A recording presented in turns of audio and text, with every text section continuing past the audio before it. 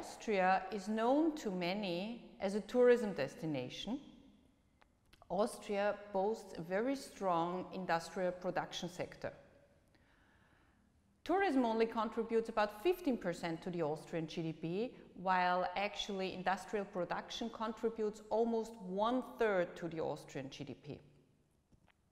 We do not have many big brand names, but due to the fact that many companies are active in the B2B segments, it's really the small and medium-sized companies that make up for such a strong industrial production sector.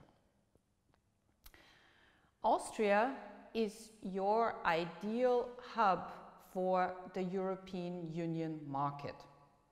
The Austrian market might be small, but altogether the European Union market consists of 400 million consumers. And Austria, with its central location, actually is the ideal base within this European Union market. Austria, for many international startups and companies, actually also serves as the ideal test market for the larger German-speaking market. The so-called DACH region, consisting of Germany, Switzerland and Austria, where German is the language spoken, consists of 100 million consumers. And actually, those are the consumers within the European Union with the strongest purchasing power. Austria is also the ideal gateway for the larger Southeastern and Central Eastern European region. This is actually a region that has strong historical ties with Austria due to its imperial history. And what we have seen lately, many people from Central and Eastern Europe as well as Southeastern Europe have moved to Austria. Especially Vienna by now is a multilingual city where you will find many people with having backgrounds coming from these countries. At the same time, these are also the growth economies of Europe as they are catching up with the rest.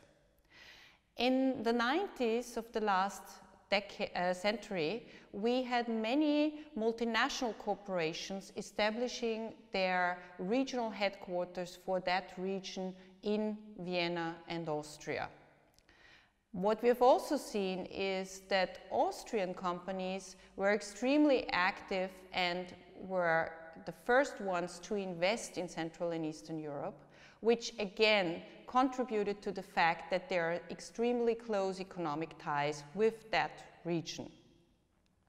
And also in terms of traffic connections, for example, Airport Vienna boasts a very dense network with daily connections to all the countries and capitals of that region. What about the sectoral breakdown of the Austrian economy?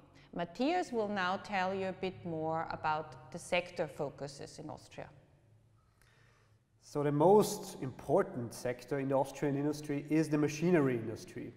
It makes up around 25% of the whole industrial landscape here in Austria.